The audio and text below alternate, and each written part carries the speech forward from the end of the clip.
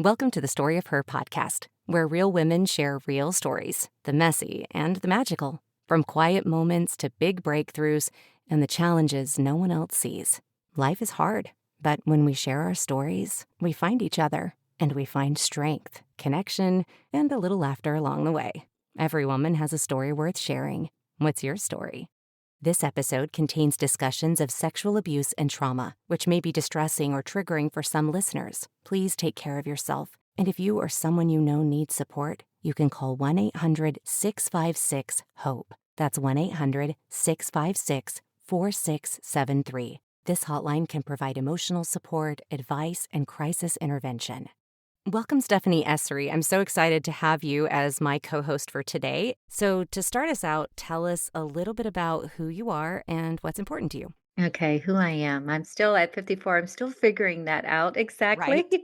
So it's been a lifelong thing. But on the surface, I am 54 years old. I am a mother of five, a grandmother of three. I've been married 32 years to my amazing husband. So I have all of these things that I think people look at their lives and like, I want this. And I'm very, very fortunate to have some beautiful things in my life. Of course, my family being at the center of it all.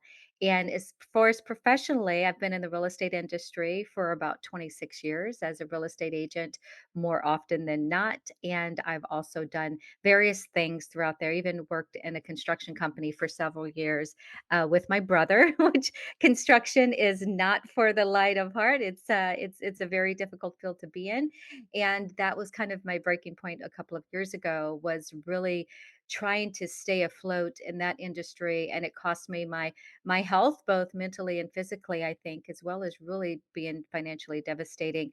And that was kind of the pivotal moment that I had to sit there and assess my life and really look at it that I wasn't doing the things that I've wanted to do. I wasn't living my passion. Nothing that I was doing professionally was giving me joy, and really recognize the things that were kind of keeping me back and preventing me from doing the things that I've always wanted to do.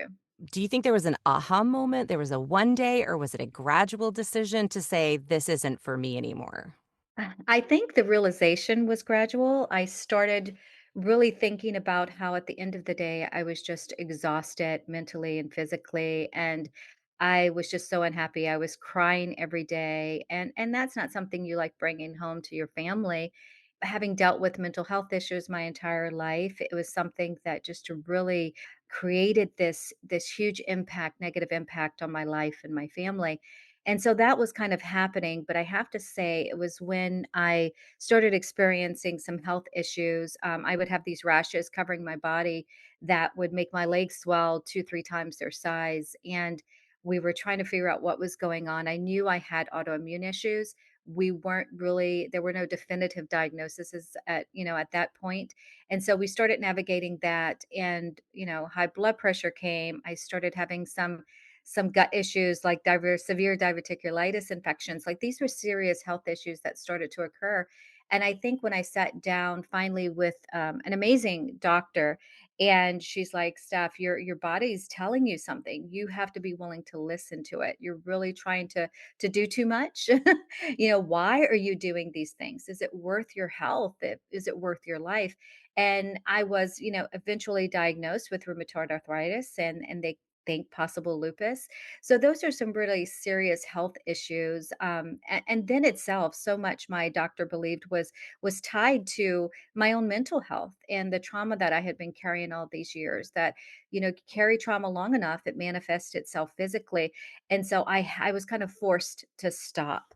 And it was not easy. It's not something you could, stop and just walk away from on day one, but it was something I had to recognize it was my life, or, trying to make everybody happy. Right there. It's your life or try to make everybody happy, right? Like, even if we don't face major physical disability or disease, we do reach a point sometimes as moms, especially, where we have to set some healthy boundaries. And it feels like that's where you began. Tell me a little bit about your life growing up, how you feel like that shaped your identity. Sure. So my parents were married pretty young. My dad was in the army. He had done time in Vietnam. My mother actually met him on a military base. It was kind of love at first sight. They got married within a year of him returning from Vietnam. My dad had a lot of issues tied to that. And here I came a couple of years later, and I don't know if either one of them were really prepared for that. After I was about 6 months old, my dad set my mother aside and said, "Hey, I love you. I'll always love you, but I'm not ready to be a father. Really not ready to be a husband." And so we went home to my grandparents. I was born on an army base in Texas, but my family's all from Louisiana. So my grandparents raced to Texas to pick us up. And for the first 6 years of my life, I lived with my grandparents, which I have to say set a beautiful foundation. And I think without it, the things that would happen to me later, I don't know if I would be the person that I am or if I would have been able to survive it the way that I survived it. So my grandparents, those first years were it was, I think, a beautiful life. I was the oldest grandchild, the first grandchild, and with that comes a lot of benefits, right? You're loved quite deeply, and you're shown a lot of affection. And I had a lot of aunts and uncles that I was very close to as well. Some of them not much older than myself, so there were some connections that were developed very early that really had just really affected my life in a positive way. But at the age of 6, my mother, met my stepfather, and I will have to say for the next 10 years of my life, it was, complete hell. Mm. I suffered abuse in many, many ways, mental and physical, and I was sexually abused from the time I was 7 years old till the time that I was able to leave home at 16. And at 16, there was no other place that I wanted to go but to my grandmother. And my grandmother, God bless her soul, was a remarkable woman, and she helped me heal in ways that allowed me. By the time I met my husband at 19, which was still young, I was open to having somebody love me, even though he can tell you the first 10 years of that were quite difficult. But yes, a lot of childhood trauma tied to the fact that, my father wasn't around.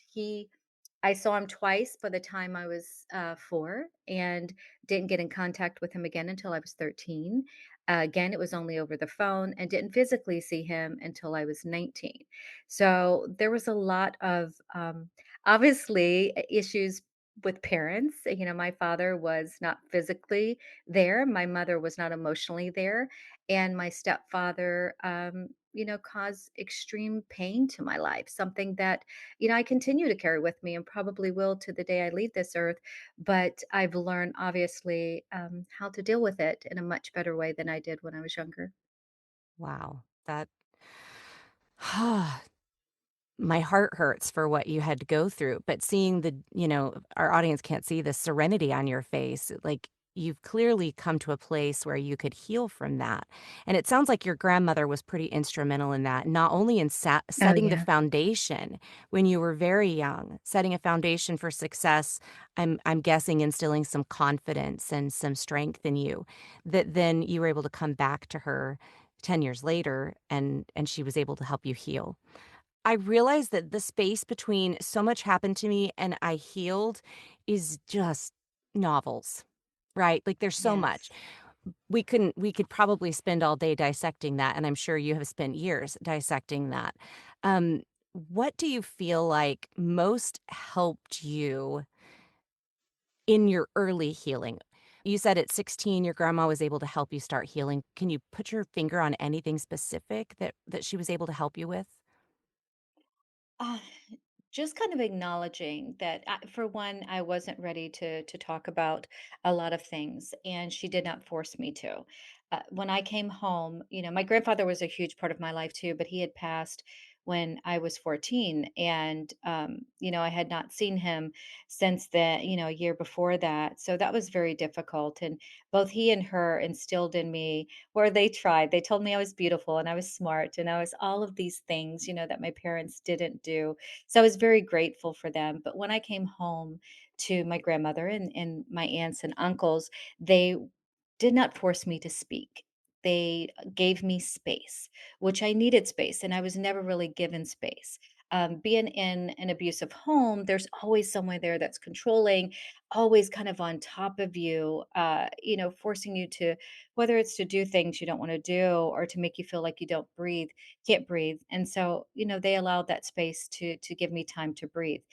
And in doing so, the first year I was back home, I still had many issues. I was cutting. I had an eating disorder that almost took my life at 17. So after that, they realized, okay, well, we gave you enough space. Now it's time to let's try to start talking about this. But again, they didn't force me.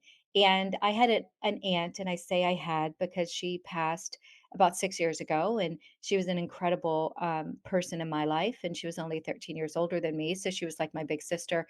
But her and my grandmother had taken me into the bedroom one time, and recognizing that I had some things that I needed to deal with, and I needed to stop avoiding the way that I had avoided them. And my aunt looked at me and she's like, "Hit me." And like, "Hit you?" And it kinda reminds me of that scene in Steel Magnolias, right? "Just hit Mhm. me." And my other aunts, said, well, she's kind of a just over dramatic, but she wasn't. It was just, and she's like, "Pretend I am him." And for about 20 minutes of time, I just let it all out, and her and my grandmother allowed me to do that, and yelling, screaming, and yes, I hit her, and I am not a person that likes expressing myself that way. But they tried all of the things, and I think that is really what essentially made a difference, because they were willing to try all the things. Whether or not some things worked, giving me space, allowing me to kind of get that out, pushing me a little bit. They were just trying things my parents were not, my father, wanted to ignore things. My mother wanted to pretend they didn't happen. So they, in their selves, they were not perfect by any means, but they tried everything that they could do to kind of push me on that path to healing, which did make a difference. It made a difference because they saw me and they wanted to listen to me, even if they didn't have all of the answers. And so that's truly the difference that they made in my life at that time. And you're right, healing is a journey, and it's not linear, and there's a lot of, you think you're making progress and then you take 10 steps back. So because they were so willing to do whatever they could, um, that made me feel like maybe I was worth more than my stepfather made me tried to make me feel, Mhm. and my father made me feel in his absence, and my mother made me feel in just emotional neglect. I feel like they hit you in your self-worth, and your grandmother and aunts were able to come in and fill in some of those gaps and bring you up a little bit more. Do you feel like there were any labels, that you put on yourself or that you allowed society to put on you at that point in your life that you carried for a while? Yes, being a victim. In some ways, like when my family would speak of me, they would, or speak about me, they would often point out that, oh, she's been through it. Her dad was never around, and these are one of those things. Like I said, they weren't perfect. They had incredible, huge hearts, and they loved me without conditions, which is a beautiful thing. But they didn't always get things right. No one knows how to get everything right, so they would point that out a lot. And so I kind of felt like I carried that around with me for a long time. That's why I couldn't have really close relationships or close friendships, or, making eye contact for me was very difficult in my early 20s, because I always felt like they would see that. Like people would know what I've been through. They would know the horrible things that happened to me and that I was forced to do. So I was shamed for a long time. And I carried that kind of victim mentality around with me. Not that I felt the world owed me anything, but that I felt the world would never give me anything because of these things that had happened to me. Because that became something that defined you. It was a part of you. Yes, Well, exactly. what are some other things that were important to you at that point in your life? Besides that, did you have things that you could pull on that helped you through that? Sure. So I had been writing since I was a very young girl. I think I started writing probably as soon as I could pick up a pen or paper. I just liked the feeling of it. I liked the creativity. I loved the way that I was able to create things and worlds that I could pull me into them, and it was my escape from the reality that I was living. So I remember for writing my first story when I was 12, I would write poetry. I would bring some of these stories. We would have Sundays at my grandmother's for most of my childhood. It was something my stepfather did allow, even though he would find periods of time where he would take that away from us as some kind of form of punishment. But on these Sundays, at my grandparents' home, we would go and everybody would meet. My mom was one of 10 kids. And so there were tons of grandkids. And I would go to my grandparents and I'd bring them these stories and this poetry. And my grandmother would say to me, take it with a grain of salt, but it's a grandmother, right? You're the most incredible thing to ever walk this earth. And she would be like, "Oh, you're just an amazing writer. You're going to be a famous author someday. You have such talent, such a gift." And it was something that meant so much to me because writing meant so much to me. I loved being able to take things I could not say out loud and put them on paper. And like I said, create worlds and characters where I could lose myself in them and kind of dissociate from the reality that I was living. So writing for me just became a huge part of my life and who I was. And I wanted to be a writer. I knew that from a very early age. I wanted to be a journalist. I ended up going to college for a short period of time to become a journalist. I wanted to travel the world and meet all kind of people and tell really important stories and touch people's lives. Like that was such a big part of who I wanted to be. And that carried me through those early years and pulled me through a lot of instances where I thought about ending my own life, and there were quite a few. And so that was who I was and who I wanted to be, and even though it didn't happen the way that I wanted to happen, I ended up, leaving college after my first year, and I just wasn't ready for it. Mhm. Like I said, I had an issue with speaking out loud and making eye contact, and I had a lot of healing to do before I was ready to kind of put that out in the world, but it was a huge part of who I was and continue to be through every part of my life.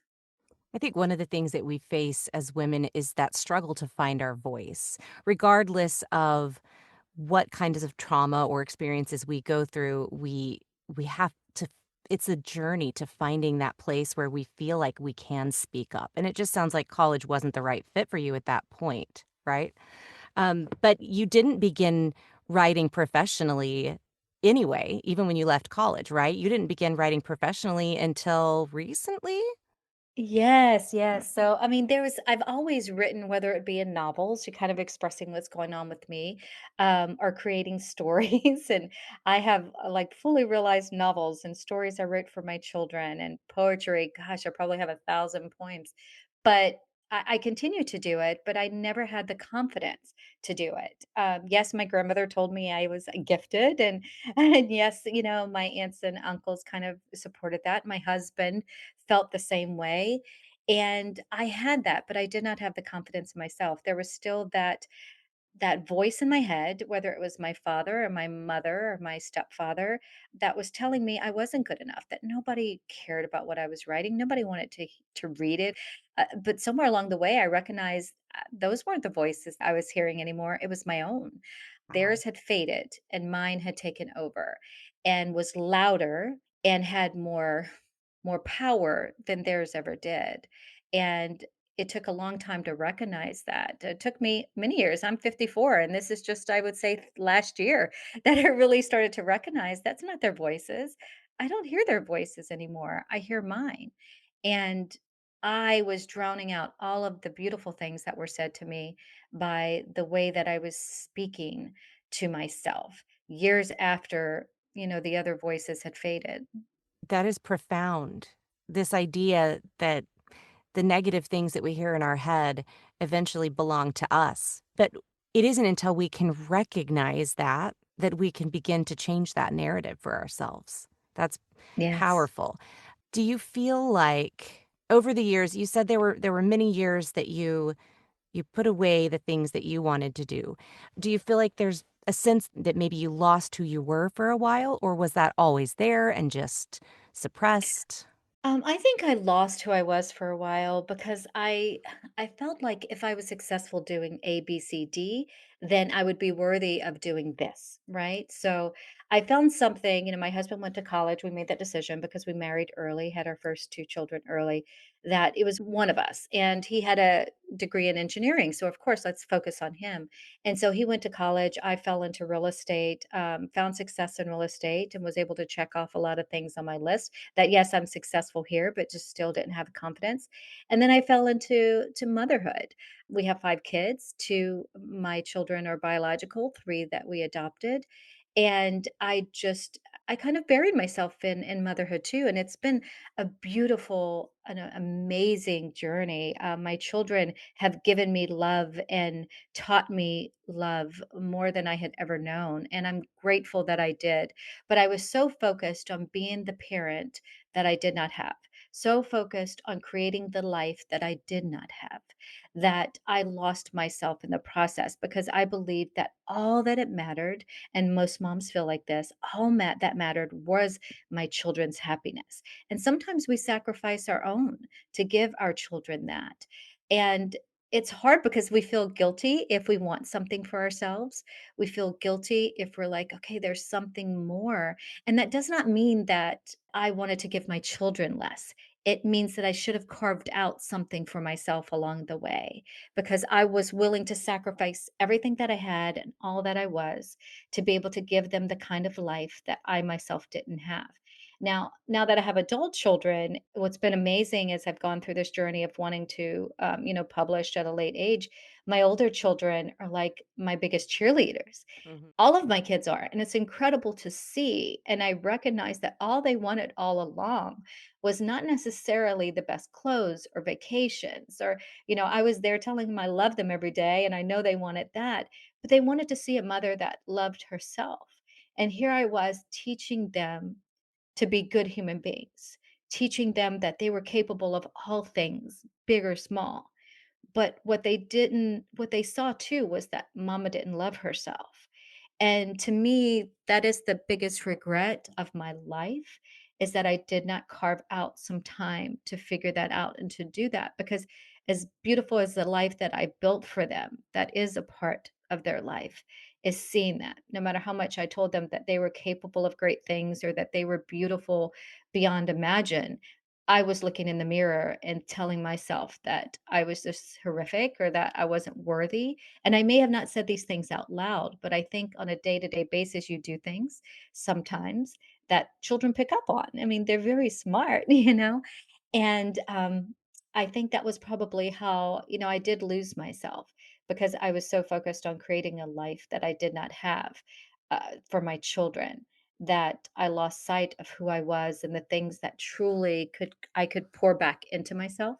And there's the old adage that you have to like you cannot pour from an empty cup, right? Yes. So it's been a beautiful thing to see with my adult children and the relationships I have with my children are just incredible.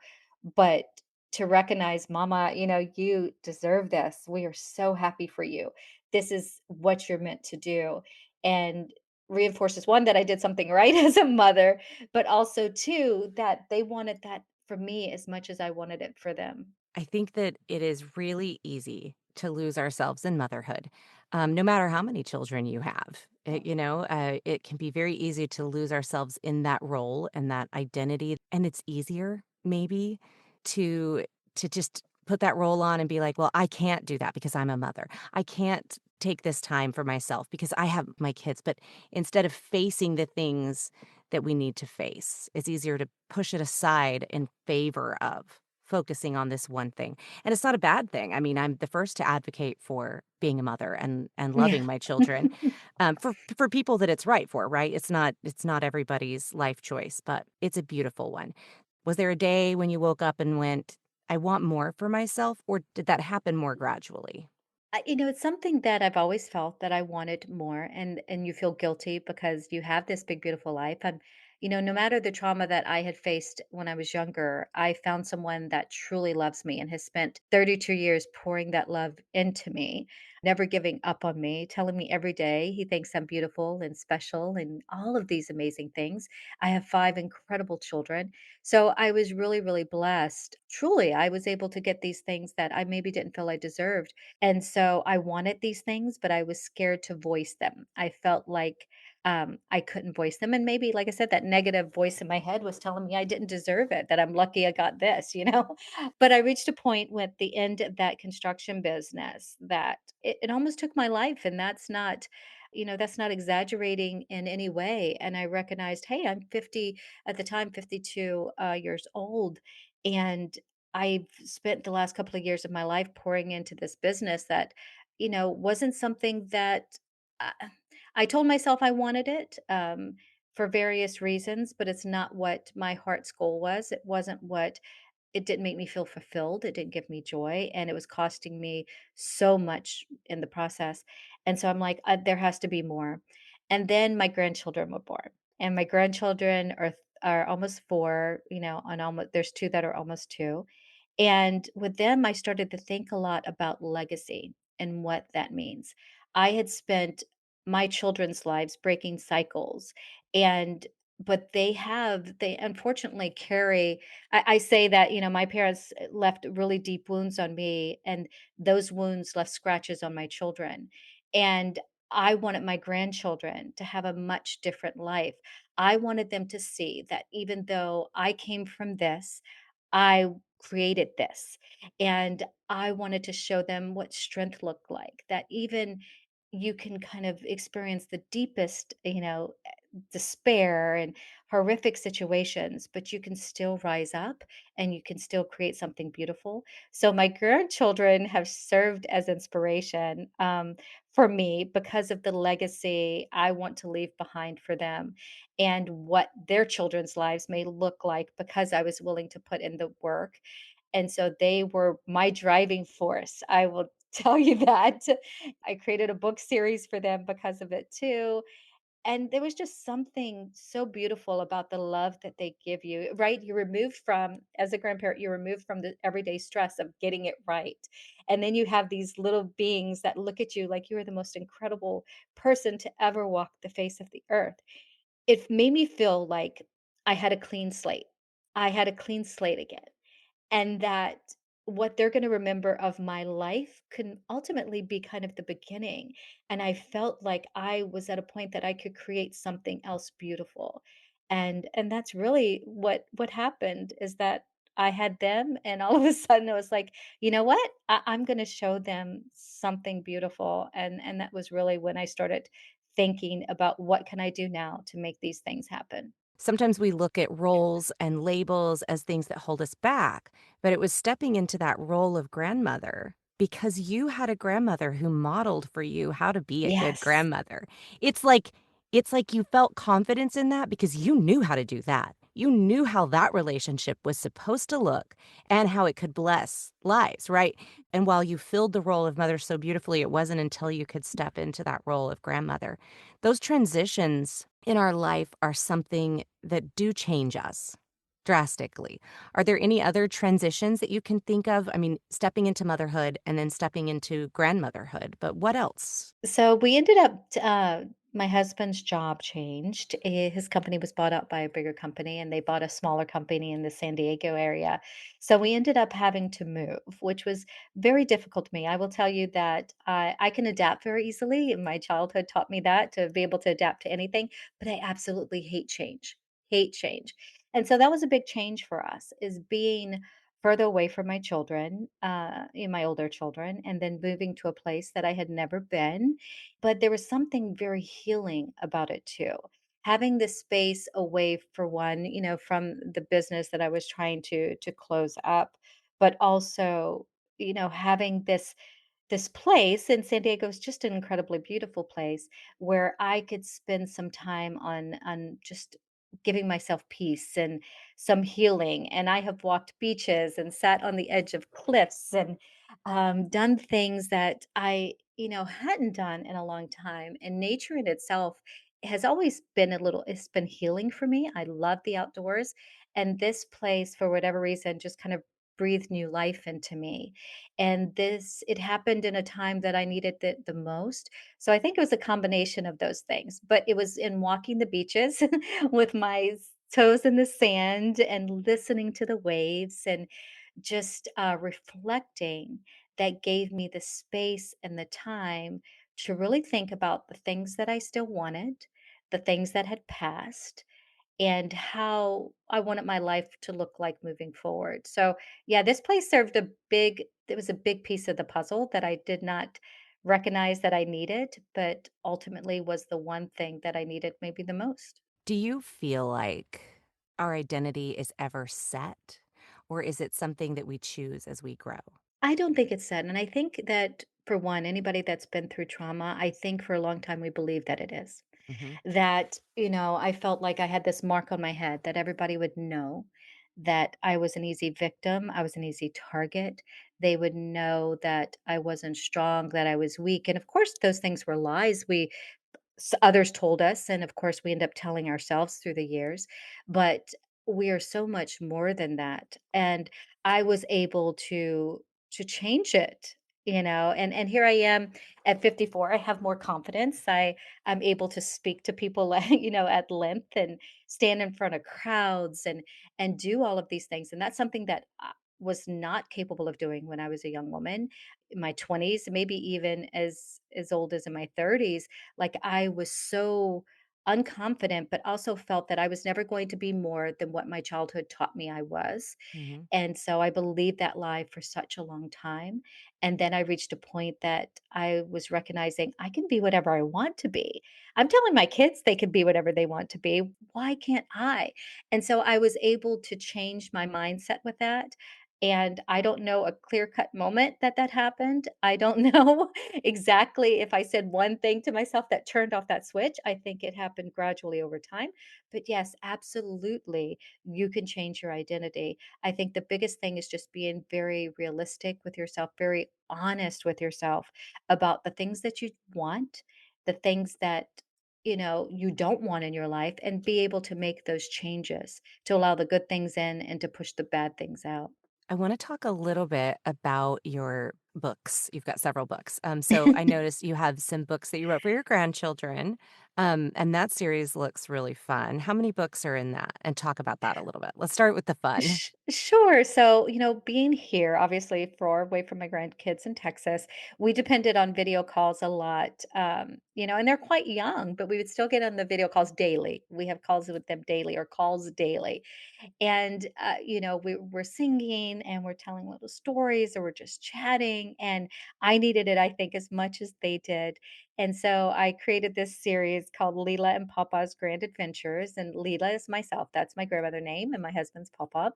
And it's about grandparents that live in California, their grandkids in Texas, and they have 3 grandkids just like mine. These characters look just like my grandbabies, and they get on video calls, and through these video calls they're able to transport each other where they're kind of in the same space, and they go on these virtual um you know adventures. The first one is about the magical forest quest that they go through to find this magical acorn that keeps them connected, and the second one is the enchanted library where they explore different books together and how they can be transported into these worlds. And we have another one we're working on. So there's 2 that are finished and illustrated that I'm about to publish, and the third one's called The Time Traveler's Picnic, where they have this magical picnic blanket that takes them throughout history so they can enjoy little lunches or picnics with people, various cultures and people, and learn about the world and just history. So I have about 10 that I've written, only 3 so far that are being illustrated. I also have one that I wrote when my children were young called The Golden Thread. And it's about how, and I did it for my grandchildren, I mean, my children that are adopted as well, that there's so much about who we are that are tied into not just the traditions that we carry from the families that we're in, but also the characteristics from people that came before us. We might have the eyes of our great grandfather, or we have this innate ability to create music like someone that came before us. So there's that. But yeah, I love I've always loved writing children's stories, and I'm so excited about kind of bringing these to life and letting others enjoy them. One of the questions that I like to ask is, have you ever spent much time researching your family history, and has that influenced how you view yourself? And that's pretty cool that obviously it has, and obviously you have. Yes, I have spent a lot of time doing that. I had a big identity crisis growing up because I never felt like I really belonged in my family for various reasons, but I wasn't raised with my dad's family, and I was raised in Southeast Louisiana in a very Cajun, household.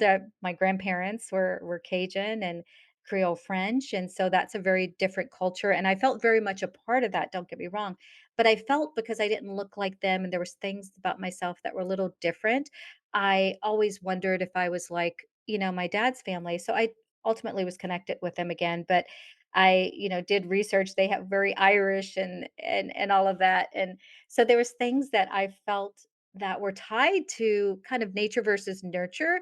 Like they were people that like to explore the world and things like that, where my family in Louisiana like to be rooted to one place, and I wanted to explore things, but I appreciate it being rooted to your culture and your history. So I love learning about my family history and, told my children lots of stories about it growing up. And it was just part of figuring out who I was, is recognizing the identity of the different people and, and things that, how I was like some that I didn't even grow up with, and Mhm. how cool that is. So you wrote these books for kids, but what about your book about, is it The Language of Dreams? Is that the name of it? Yes. So the language of dreams, I've written very many. I've written a lot of novels through the years, I'll be honest. And this particular story, I started about 15 years ago, and it did not take place in San Diego. But when I moved here, it was one of those that is a very, very, very fictionalized tale of my life in ways. It was a way for me to create some kind of autobiography, but wrap it in such a way that I was protecting myself a little.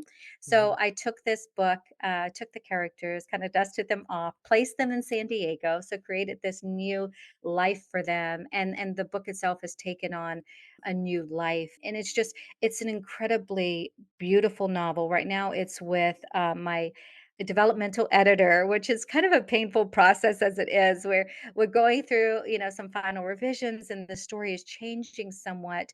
And funny enough, she recognized that one of the main characters is essentially myself because she's gone through things that I have been through. And she's like, "You're not making her the heroine that she needs to be. We need to change some things here." And I realized that even in my writing, I was doing that. I was kind of quieting my voice a little bit, still. And so it's just been a beautiful thing to go through to bring this novel to life. And I'm just incredibly proud of it. And it's about dreams. I've always had very extremely vivid dreams. And sometimes do believe they're telling me something about my life, about the things that I have been through. And I do believe just the importance of not just listening to ourselves and what we're trying to tell ourselves, or, trying to silence some of the negative things we're telling ourselves. But I think dreams in themselves can tell us a lot that we're not always willing to listen to. And that's kind of what this is. But it's also about the lengths that our minds go to protect us from the good and the bad, and how we need to really face some harsh realities to be able to create a big beautiful life. I believe in the power of dreams. I have very vivid dreams as well, and I wanna, you wake up and you wanna tell people about your story of, and I try to explain it to someone, and you just can't.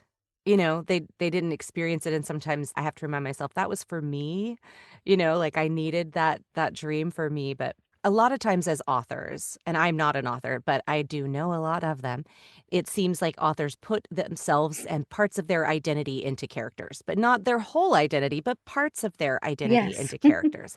It sounds like it was actually pretty therapeutic for you to recognize that that is what you had done. I mean, and you did it intentionally, it wasn't accidental, but that you also allowed that character to follow the same path that you had taken, even unintentionally, and that allowed you to come to a different place of healing. Did that discovery that you weren't giving her her voice help you to find more of your own and more confidence in yourself? Oh, it definitely had. I had that discussion with my husband. One of the things my developmental editor had told me too in the beginning was that, for one, she's like, you do have a gift. You write beautifully. You're able to create worlds and descriptions that, a lot of writers can't. So I had that going for me. But it doesn't always equate to being able to tell a story the right way. And Mhm. so you have to be open to that and changing some things. But one thing she said is that you don't trust yourself as a writer. I realized that I would do a little bit of show and tell, kind of like when you're writing, you're either telling them or you're showing them. And I would do a little bit of both because I had very little confidence. And so I will say anybody that's going to be a writer, get a developmental editor because there's so much you learn about your writing and yourself and your stories. And I recognized that I was projecting a little bit of my own, still having these insecurities within me into my writing. And so we're able to create something quite beautiful, in the process. But you have to be willing to be open to a little criticism, open to the fact that you're still carrying some things around in you that are negatively impacting you, and you have to do some of that work to figure it all out. And so yes, I recognized a lot in this particular book, and I am incredibly proud of it. But it's almost like birthing a child. I Yeah, will I've heard tell you, that. it really is. And it's a little taken a little bit longer than I would like it to take, but I am proud of myself, and I don't know if I've ever truly said those words to myself. I've had enough people tell me they're proud of me, but I am proud of the girl that I was, being willing to stick around, being willing to do the work no matter how hard it's been, and not willing to give up. Even though, let's face it, at 54 years old, we have more years behind us than we have ahead of us, and still not letting that stop her, from doing this one big thing that she's wanted since she was a little girl. And I am proud. I'm really proud of myself for what I've been able to do so far. And I can't wait to see, what this looks like a couple of years from now. I'm sensing a message and a theme in your words that you started out having to learn how to accept other people's help, whether Oh it was yeah. turning to your grandmother, accepting that your husband could love you and support you, accepting that your kids wanted you to be happy, and then, like, even more recently, accepting the criticism and words of your developmental editor.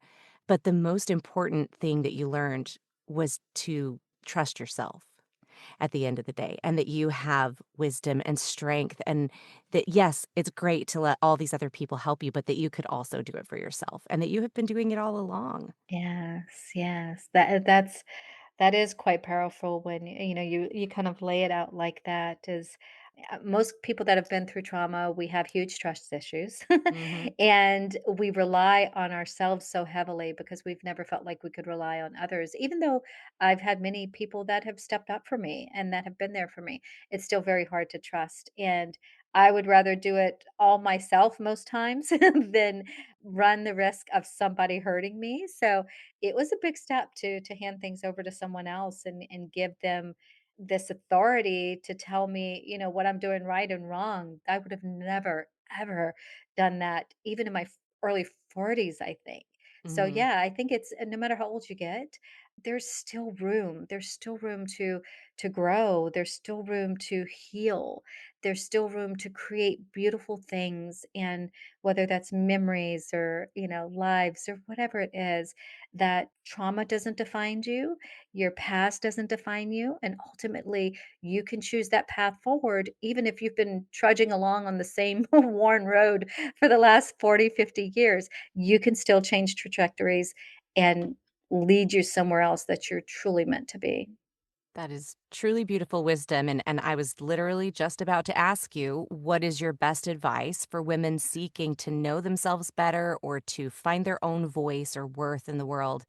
And you stated some things just now pretty beautifully that I think fit, but is there anything else that you would add? That it's okay to want more. I think as women, so many of us put our own needs and our own desires aside Yeah. whether it's because society tells us who we need to be, or, within our family, we feel like we need to be the strong one. We need to make sure the kids are all fed and the husband is taken care of, and everything is working like clockwork, and we forget ourselves, or maybe we feel that's who we're supposed to be. We're supposed to take care of everything and everyone. It is okay to want more. It is okay to dream big. It doesn't make you less of a mother or less of a wife. If anything that I've learned, it makes things even better, and my children and grandchildren have said that. The whole thing, like a happy wife, a happy life, or a happy mama, it truly does reflect on your family, and it allows them to give themselves the grace and the space that they need, whether it is to heal or to, find some peace. And it's okay. It's okay to want more. Thank you so much for being willing to come on and talk to us. If people want to learn more about you or connect with you, where is the best place to do that? So they can find me. We have some social media channels that are going to be going up in the next month. We have one on TikTok that we're going to start sharing some videos called Once Upon a Leela, where I'll start sharing stories and nursery rhymes and my own stories there. But you can find us on Instagram at Stephanie_Essary. That's my author page. It shows my podcast as well. Or you can go to my website at stephanieessary.com, and I have all the information you need there. The information about the upcoming books, about my podcast, what's going on, and I'll keep that all updated with all of the information as it comes about. Beautiful. Thank you so much. Well, thank you so much for having me. I've really enjoyed our conversation. Thanks for listening to the Story of Her podcast. I really hope you heard something today that left you feeling inspired, uplifted, or just a little less alone. If you enjoyed the conversation, it would mean a lot if you followed the show, left a quick review, or shared it with someone who might need to hear it too. It's a small thing, but it really helps more women find the show. And if you'd like to be a co-host on the podcast and share your story, please reach out to me at Aleesha@AleeshaBakeVoiceovers.com.